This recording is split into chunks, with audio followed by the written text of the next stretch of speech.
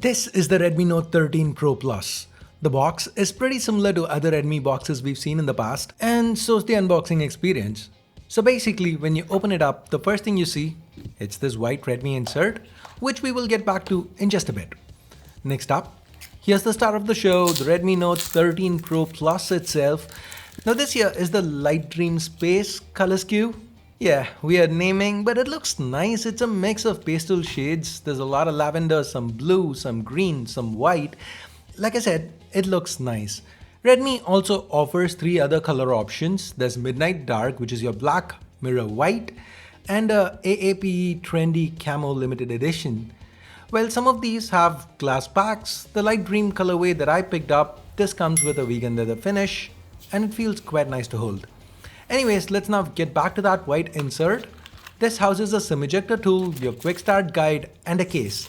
This time Xiaomi's gone for a dark silicone case, which I honestly prefer over the transparent ones because they usually end up yellow in a few months. Now as the Note 13 Pro Plus boots up, let me peel off the pre-applied screen protector and dig further into the box. Next, we have a USB Type-A to Type-C cable with orange accents, and that's followed by a 120 watt gun charger. Now Redmi's gone for a 5000 mAh battery here, and with this 120 watt charger, you should be able to get the Note 13 Pro Plus from 0 to 100 in under 20 minutes, which is pretty darn quick. Now the 13 Pro Plus is not a light phone, it weighs in at about 205 grams and is also 9mm thick. That said, it never feels quite as thick because the front and back both curve at the edges. This also helps keep the phone narrow, which coupled with a vegan leather back leads to the 13 Pro Plus feeling quite comfortable to hold and use. The icing on the cake is the fact that Redmi now offers IP68 water and dust resistance for this phone, for a mid-ranger, for a Redmi. That's awesome. The IR blaster also continues to be included, so you can still control appliances around the house using the remote control app. Now it's not all roses though, there are a couple of negatives here. First, the frame, it's plastic, which given the price might not be a big issue. But then we have the placement of the fingerprint scanner. Now this time, the good news is that Redmi's gone for an in-display scanner, but I feel it's placed a little too low, so it's not going to be very convenient to use. That said, it is a fast and quick scanner, and I like the fact that they've finally moved away from the physical one that was built into the power key. Now before we go further, my name's Ash, you're watching C4E-Tech, and yes, this is 4K 30fps footage that's shot using the Redmi Note 13 Pro Plus, that 200 megapixel camera, the Samsung HP3. The footage is stable, it's well detailed, maybe a little bit of EIS jitter. Now before we take a look at the samples, if it's not too much of a hassle, a like would be awesome.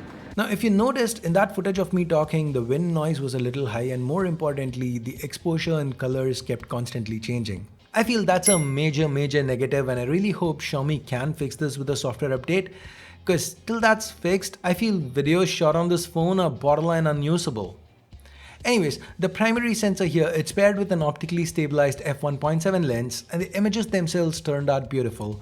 The 200 megapixel mode does capture more detail, so you can crop in and do a lot more. It makes the camera setup more versatile, but these images, they do take longer to shoot, and more importantly, the file sizes are huge. By default, images get bent down to 12 megapixels and the performance was good, even under low light.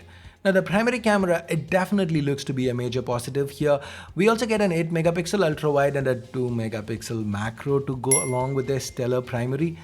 The ultra wide, to me, it seems to be nothing to write home about. It's average at best. They've tried to match the colors, and the macro, the less said about it, the better.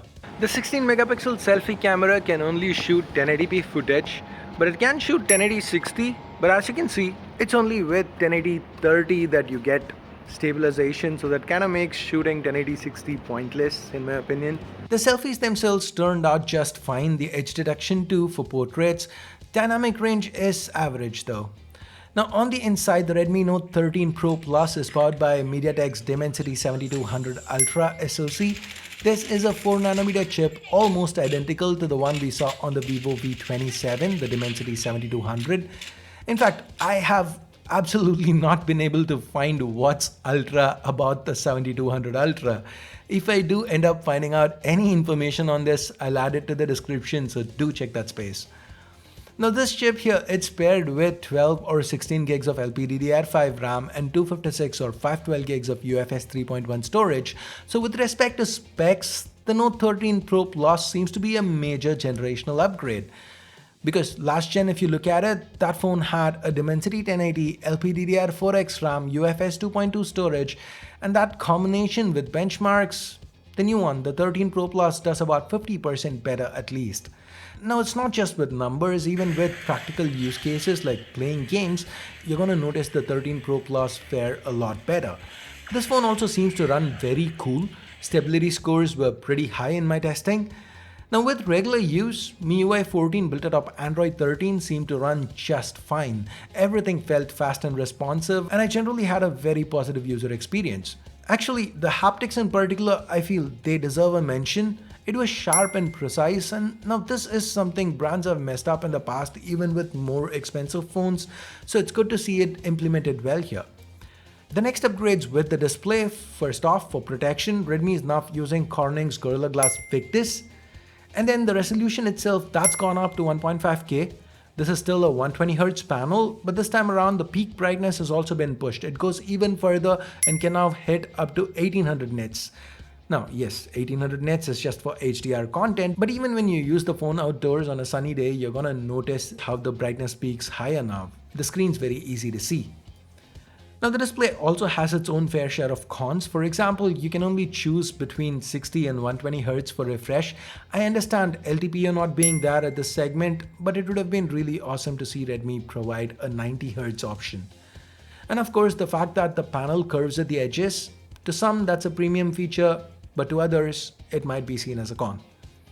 Anyways, there is support for HDR10 Plus and Dolby Vision, and there are also stereo speakers present here that further enhance the media experience. Overall, it seems like Redmi's put together a very compelling package that just gets even better when you take price into consideration. Because the Note 13 Pro Plus starts at 1999 RMB, which is about $270 US or 23,000 rupees Indian.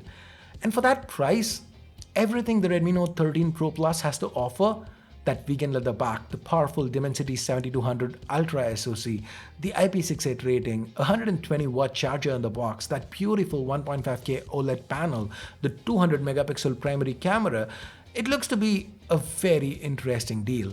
So anyways, that's it for my initial impressions. Thanks for watching the video and have a nice day. Bye bye.